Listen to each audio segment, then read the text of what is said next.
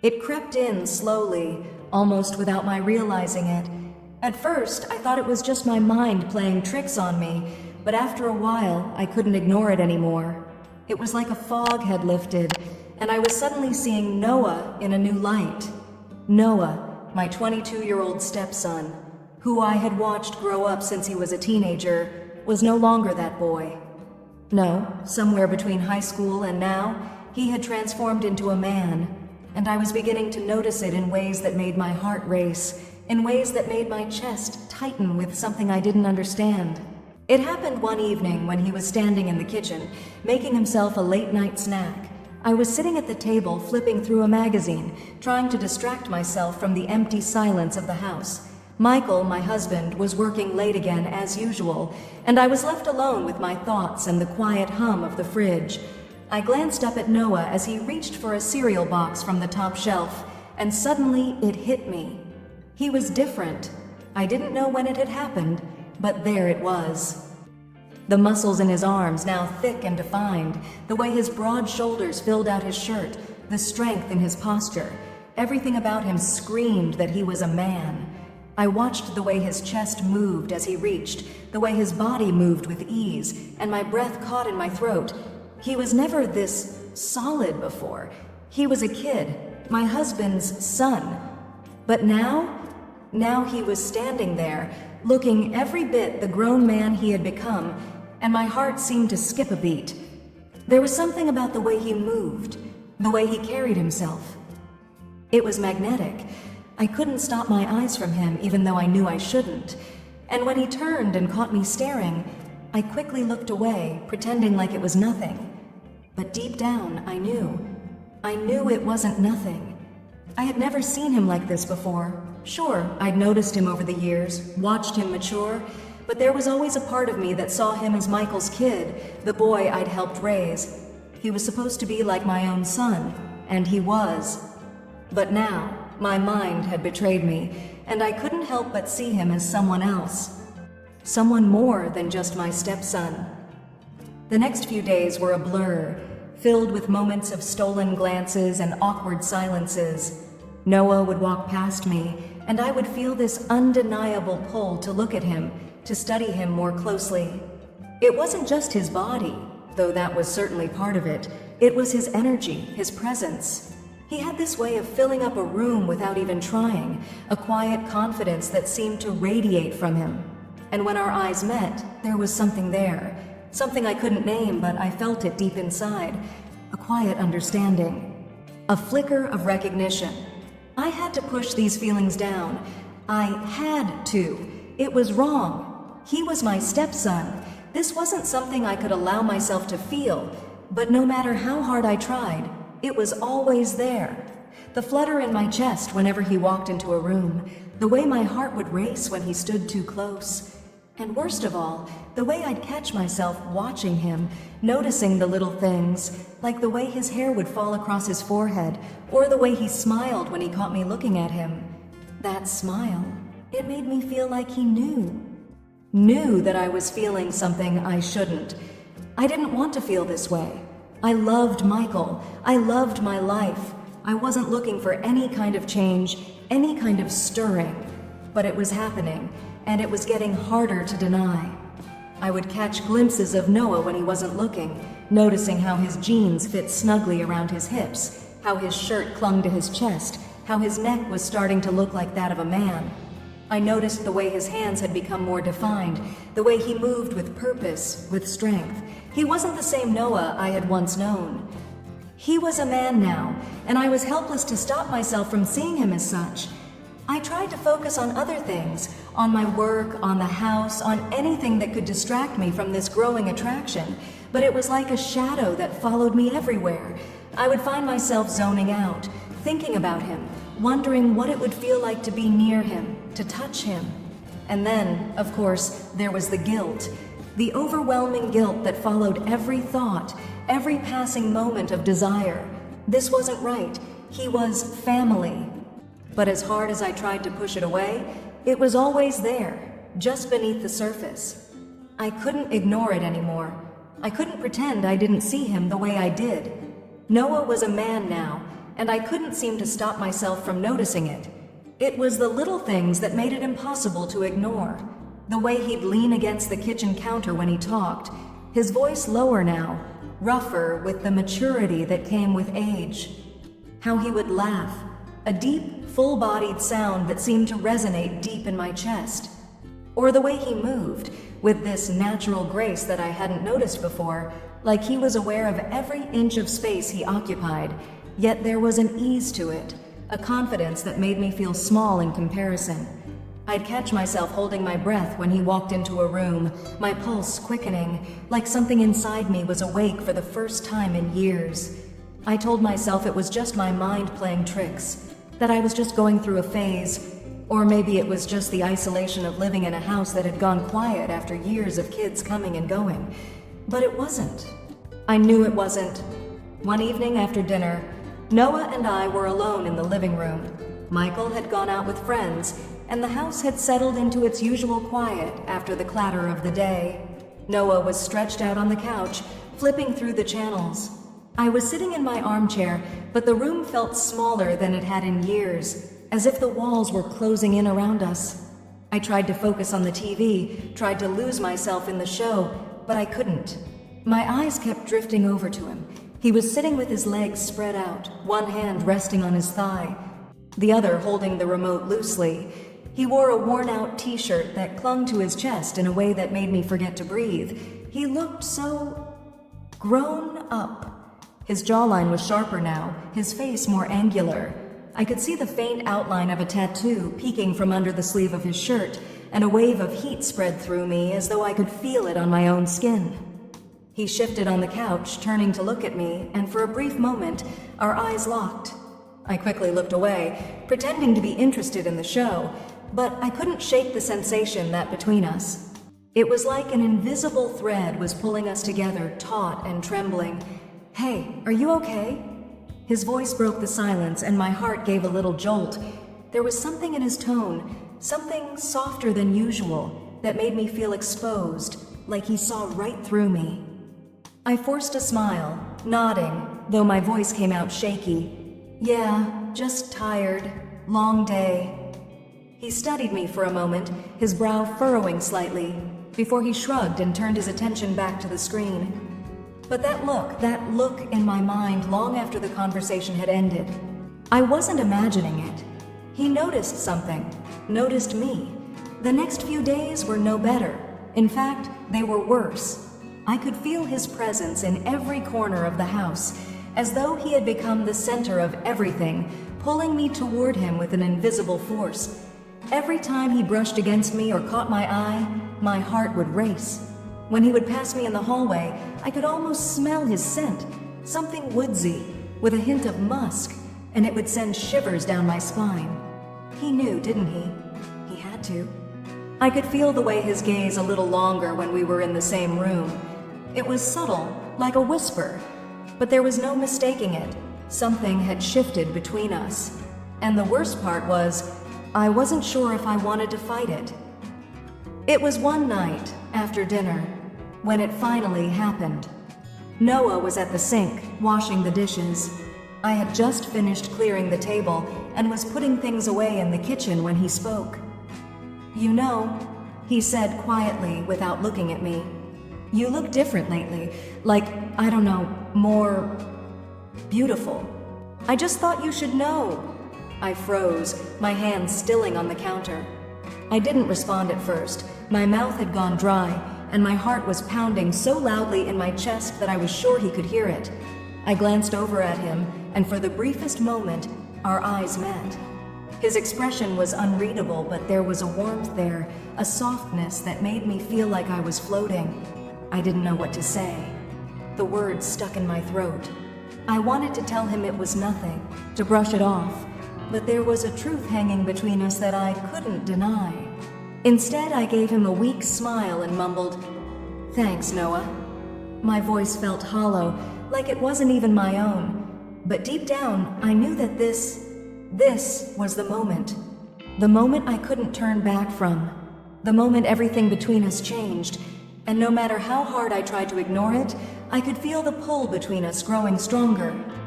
It happened one evening when the house was unusually quiet. Michael had gone out, and Noah had retreated to his room after dinner, as he often did.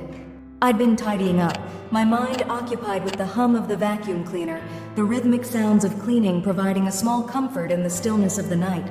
But then the door to the kitchen opened, and Noah stepped in. I hadn't expected him. He wasn't one to around after the meal was finished, but there he was, leaning in the doorway, watching me. He looked different that night somehow. More mature, perhaps, or maybe it was just the weight of his gaze. It wasn't a look of a child anymore. It wasn't the playful, mischievous look I had once been so familiar with. This was something else, something deeper. I paused mid-motion, my hand hovering above the counter as I glanced up at him. I must have looked surprised, because Noah's eyes softened. "Hey," he said softly, almost too softly. "I hope I'm not disturbing you." For a moment, I didn't say anything. I just watched him, wondering why he looked so, vulnerable. His expression was unreadable, but there was something in his posture, in the way he shifted his weight, that told me he was struggling with something. "No," I replied finally, trying to sound casual, though I could feel my pulse quicken. "You're fine. What's up?" He took a step into the room, his eyes never leaving mine, and suddenly, the air in the kitchen felt thick.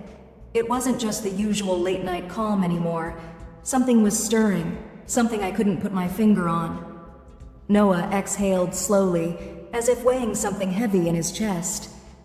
I've been thinking a lot lately," he started, his voice hesitant, about us." He glanced at the floor, his feet shifting uncomfortably. "I don't know how to say this, but I feel like I need to. I don't know if it's right, but I can't ignore it anymore." My stomach dropped. The words hung in the air like a question I wasn't sure I wanted the answer to. I set the vacuum aside, my fingers suddenly trembling slightly as I gripped the edge of the counter. He looked up at me then, and there it was. That look. The one that had been for days, maybe even weeks. There was an intensity in his eyes, a quiet desperation. I felt myself hold my breath as he spoke again, his voice just above a whisper. I think I have feelings for you." The words were out before he could stop them, and in the silence that followed, my heart skipped a beat. I could feel the blood rush to my face, and for a moment I wasn't sure I could breathe. The world seemed to stop, the noise of the house fading into nothingness. My mind raced, trying to process what he had just said, but the words didn't seem real. Feelings for me? I opened my mouth to speak, but nothing came out at first. My mind screamed for me to say something, anything to break the tension. But I couldn't find the words. My heart was hammering so loudly that it drowned out everything else. "I know it's wrong," he continued, his voice cracking just slightly, as if he was waiting for me to pull away, to reject him. "But I can't help how I feel. I've been trying to ignore it, but it's not going away. And it's like, every time I'm near you, I feel like I'm about to lose control. Like something's pulling me toward you, and it's just so wrong." I could see the conflict in his eyes. He wasn't proud of it. I knew that. But there was no denying the rawness of his words, the vulnerability in his confession. It was too much for me to process all at once. For a long time we stood there in this awkward silence. I didn't know what to say. I couldn't reject him outright, not after hearing the honesty in his voice. But I also couldn't let this go unaddressed. This was not supposed to happen. I started, my voice shaky, unsure of what to say. "Noah, you..." He cut me off, taking a step closer, as if he couldn't stop himself. "I know this is messed up," he said, his voice, "but I had to tell you. I couldn't keep pretending that everything was normal, that I didn't feel this thing between us. And I know I should be ashamed, but I'm not. He stopped and swallowed hard. "I just needed to be honest." I felt a wave of wash over me. His words were like a weight. I didn't know what I was supposed to do with this. It felt like everything I knew, everything I thought I understood, was in front of me. How could he feel this way? How could I feel this way? I didn't know how to respond. And for a long moment, I didn't. I simply stood there, trying to gather my thoughts, to make sense of what was happening, what he had said. But in that moment, I couldn't deny the truth anymore. He was right. Something had shifted between us, something neither of us could take back. The days after Noah's confession were a blur. Every time I saw him, every time we spoke, there was this thing between us. It wasn't something anyone else could see, not on the surface. But it was there, hanging in the air like an unspoken truth. It in the quiet moments, in the briefest glances we shared, in the way his eyes on mine a little longer than they should have. We didn't talk about what happened that night. We couldn't. We both knew that the words had been said, and now we had to figure out how to exist with them, to go on as if nothing had changed. But that was impossible. Everything had changed. There were times when I caught him looking at me, really looking at me, and it made my skin tingle in a way that I couldn't explain. His gaze wasn't like it used to be, filled with the innocence of a boy. No, now it was something more, something deep and full of intention. I couldn't deny that my heart beat faster when his eyes met mine. That wasn't something I had ever felt before, and yet I tried to ignore it. I tried to be normal, to act like nothing had shifted in the air between us. I made small talk, kept things light, even though I could feel the weight of his presence behind me as I moved through the house. The silence between us was deafening sometimes. We didn't talk about what happened, but it was always there, unspoken, that undeniable pull. I could sense Noah's restlessness. He wasn't the same anymore. He would sit at the kitchen table for longer than usual, his leg bouncing nervously under the table as he stole glances at me when he thought I wasn't paying attention. Sometimes he'd try to make me laugh, doing something silly, his voice playful as always, but it didn't quite reach his eyes anymore. There was something dark behind his smile now, something I couldn't place, but I could feel it every time he looked at me. And when he spoke to me, his voice had changed too. There was a note of hesitation in it, like he was testing the waters, wondering if I felt the same, if I was noticing what he was feeling too. Every word he spoke now had a double meaning. Every casual comment held a hidden weight. The tension between us was palpable, and no matter how hard we tried to ignore it, it was there, growing stronger every day. I tried to push it away. I tried to be the mother I was supposed to be. Distant, protective, untouched. But the pull between us was magnetic. It was like a force I couldn't escape, no matter how hard I tried.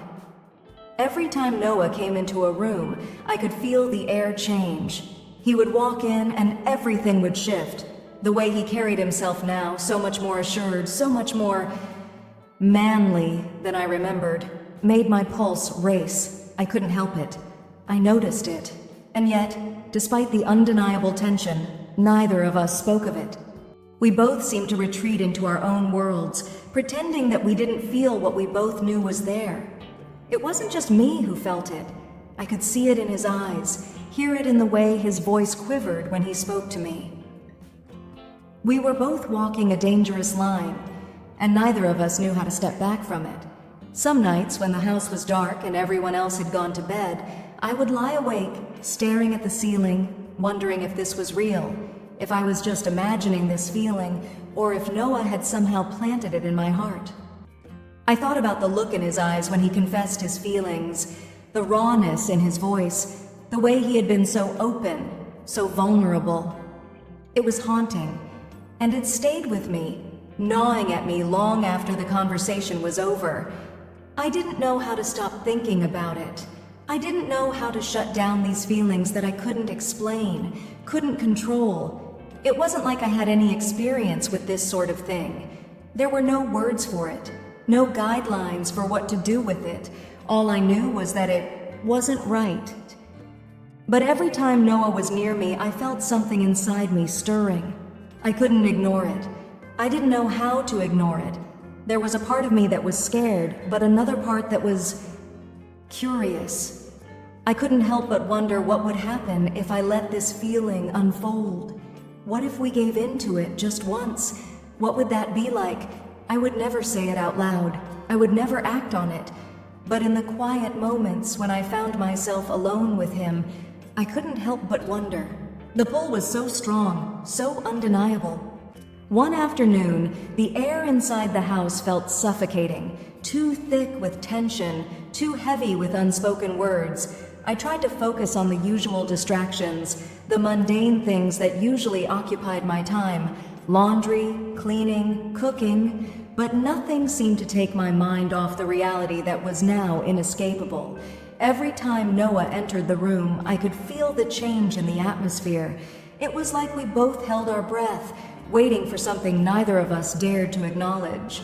I decided to step outside for a bit, to escape the tightness inside the walls of the house.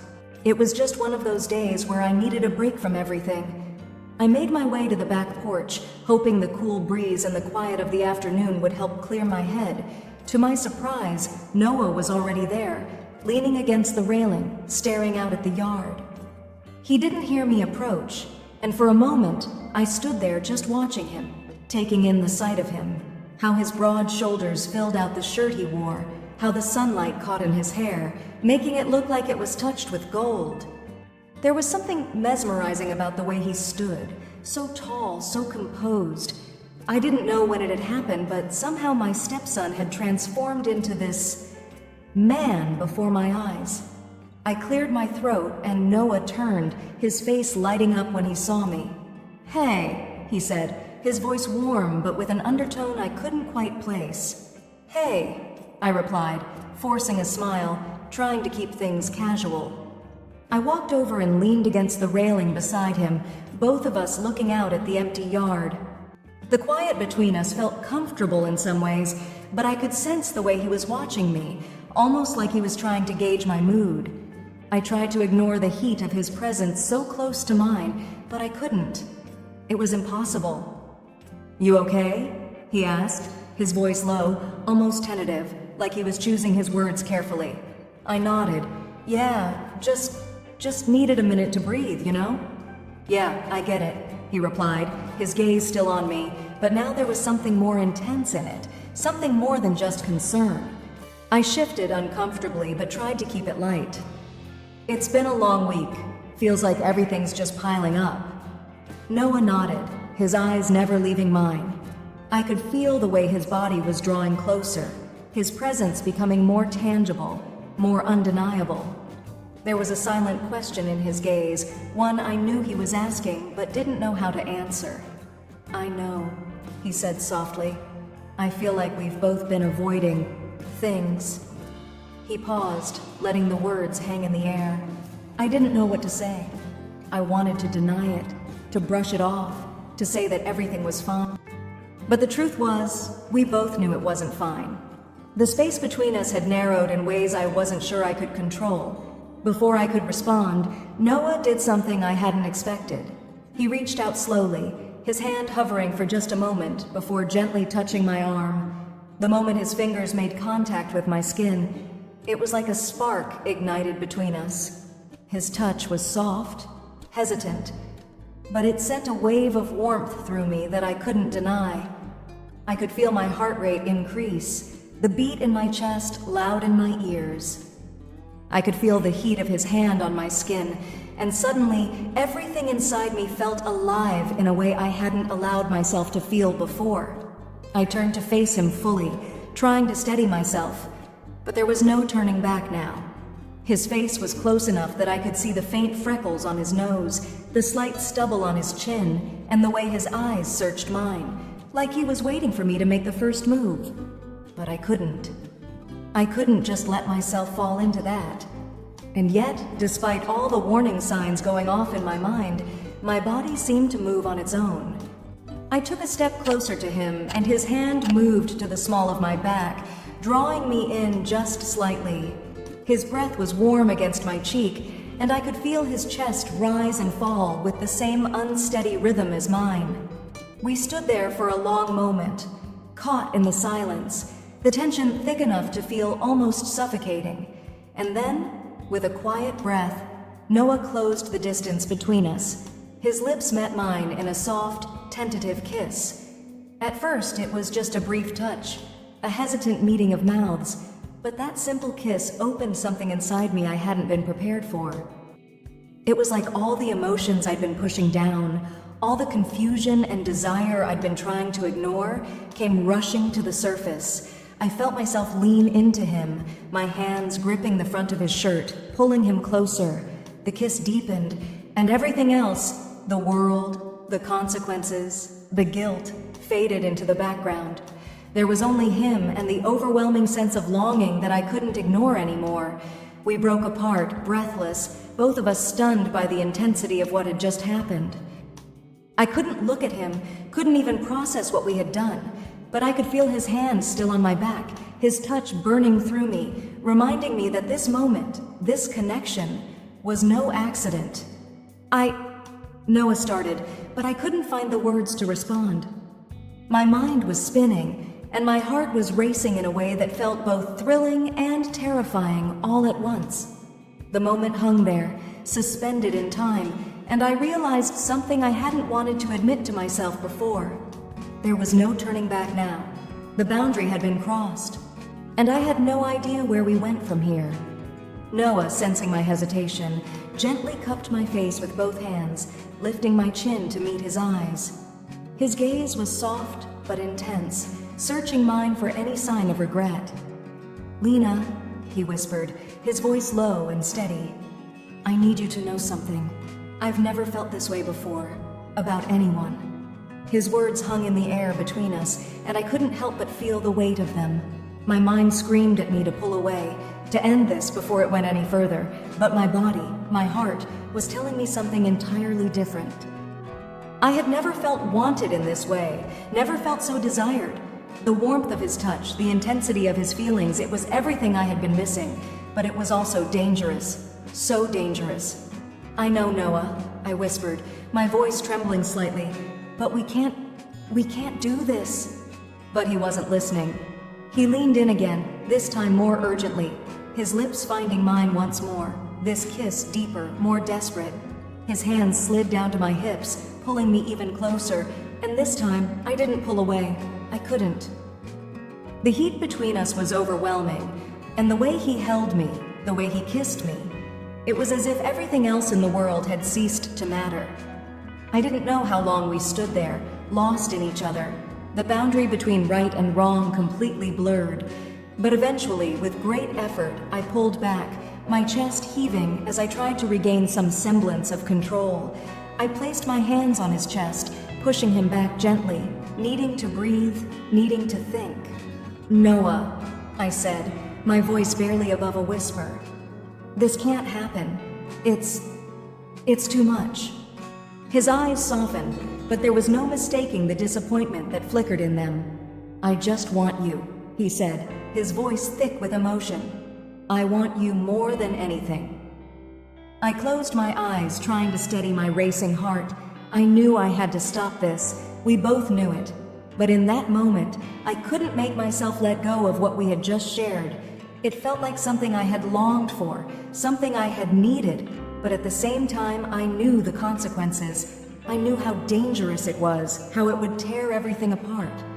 I stepped away, feeling the cold air hit my skin as the warmth of the moment began to slip away.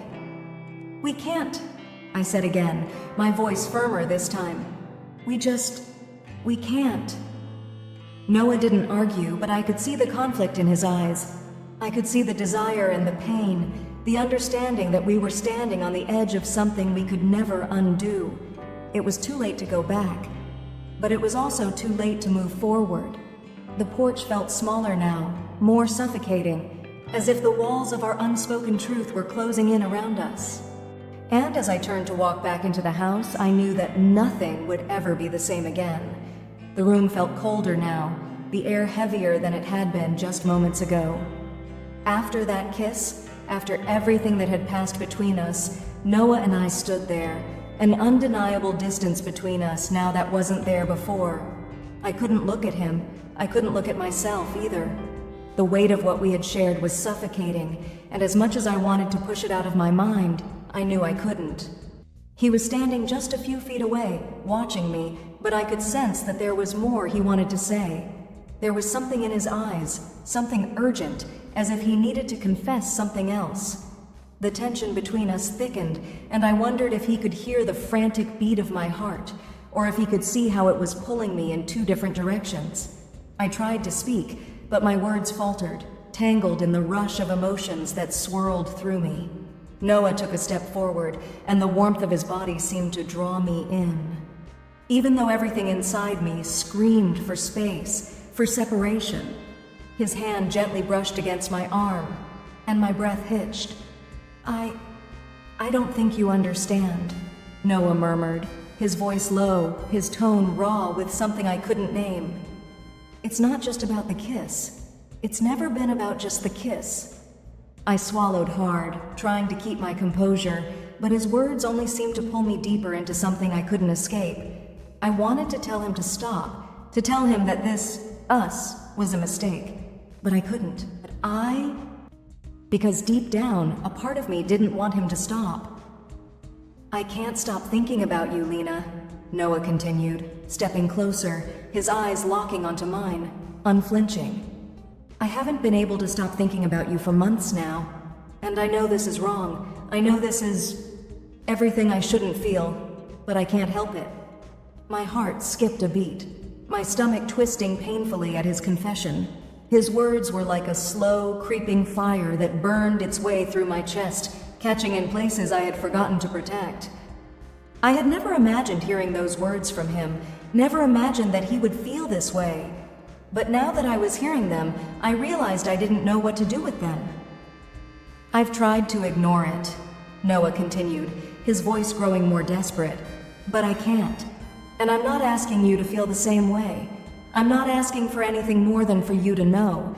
Just to know how I feel. I closed my eyes, trying to push the overwhelming feeling of guilt that swarmed inside me. I couldn't let this go any further. The thought of it was too dangerous.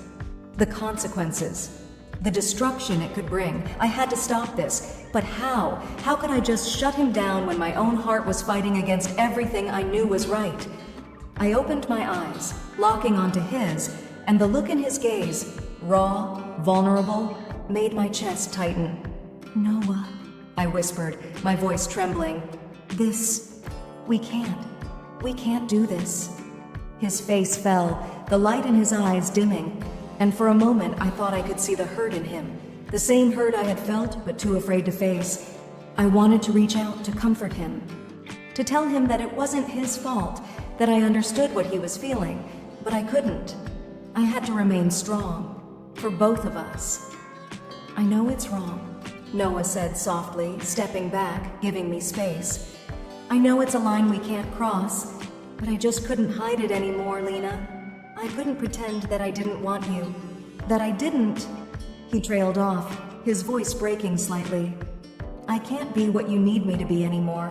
I can't ignore what's inside me, and I know you can't either. His words hit me like a wave, crashing over me, and I felt a lump form in my throat. I wanted to reach out, to pull him into my arms and tell him it would be okay, but I couldn't. I couldn't let myself do that, not when I knew how dangerous this was for both of us. I'm sorry, I said, my voice strained. I'm so sorry, Noah, but we have to stop. This can't happen. It's not just about us anymore. It's about everything we could lose. Noah looked at me, his face a mixture of regret, understanding, and something else. Something raw and aching. I could see it in his eyes, the longing, the desperation. But he nodded slowly, his jaw clenched as if he were trying to hold back whatever emotions were threatening to spill out. I get it, he said quietly. I just had to say it. I just had to tell you. I turned away, unable to look at him any longer, the sting of his words hitting me deep inside. I knew this was the right decision. It had to be.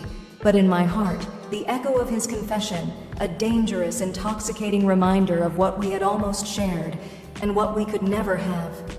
I stood there, my back to him, my hands gripping the edge of the counter, trying to steady myself.